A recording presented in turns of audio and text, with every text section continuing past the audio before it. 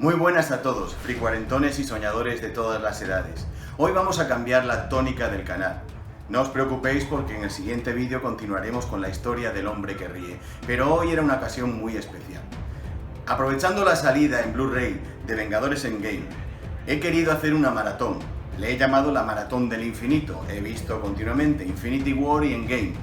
Y con ello dar pie a una teoría que siempre he barajado. Los que me hayáis escuchado en podcast, cuando a mí me preguntaban mi opinión por separado tanto de Infinity como de Endgame, yo siempre decía que para mí era la misma película, era un conjunto, era una unión entre las dos.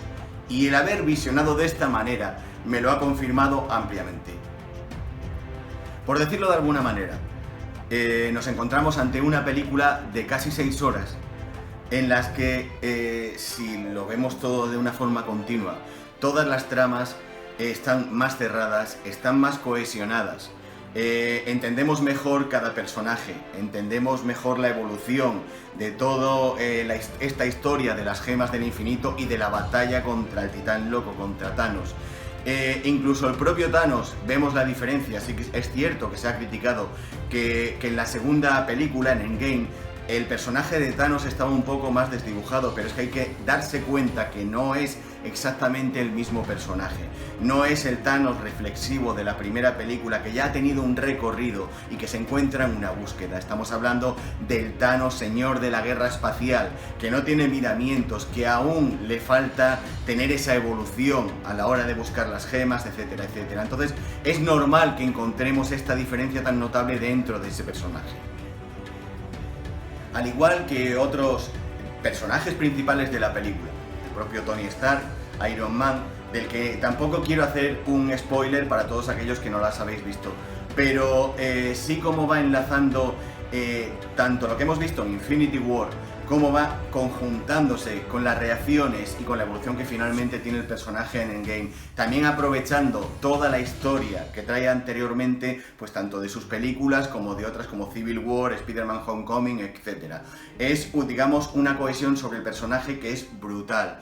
Otro del que también podemos hablar, que también se había criticado que en Infinity War tenía un papel más escueto como era el Capitán América, aquí también vemos en su totalidad ese desarrollo también de ese personajazo, porque al final es lo que acaba siendo, sobre todo en Endgame, cómo se echa al equipo encima, cómo es el líder, ese líder que hemos visto tantas veces en los cómics y que aún no habíamos podido ver en las películas del UCM. Aquí ya vemos como el Capitán América se hace cargo de la situación, como siendo a lo mejor uno de los menos poderosos le planta cara a un pedazo de animal como Thanos, y como aún en la derrota se levanta con el escudo destrozado, y llegar a ese momento mítico en que el Mjolnir llega a su mano y con él Vengadores reunidos.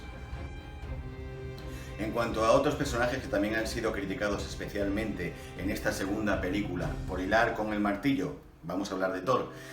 Thor lo vemos de un modo muy épico en Infinity War, consiguiendo forjar la Stonebreaker, llegando en el momento clave a la batalla de Wakanda, persiguiendo a Thanos, incluso atacándole y enfrentándose a él, desde un principio de la película en el que es derrotado hasta el final en que parece que se lo va a comer.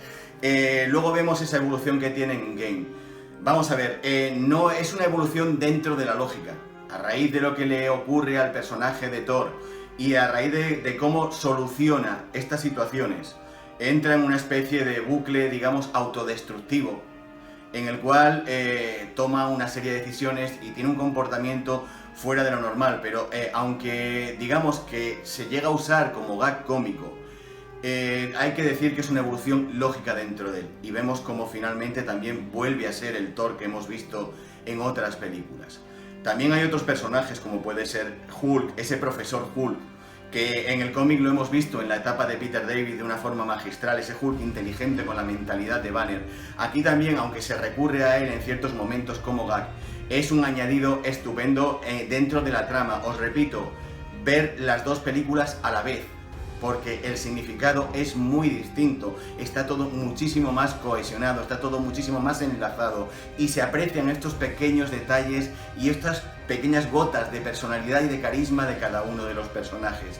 De Ojo de Halcón y de Natasha, de la Viuda Negra, pues qué vamos a decir, Natasha también tiene una evolución brutal, de verla en Infinity, esa especie de agente libre, de rebelde, que al final a la hora de la batalla tampoco se asusta, sea contra quien sea más humano, más alienígena, de cualquier manera, es la que siempre está ahí dando la cara y no teme a nada. A ver esa Natasha hundida en el principio de Endgame, ese momento de casi de depresión, o sea, de no asumir lo que ha ocurrido.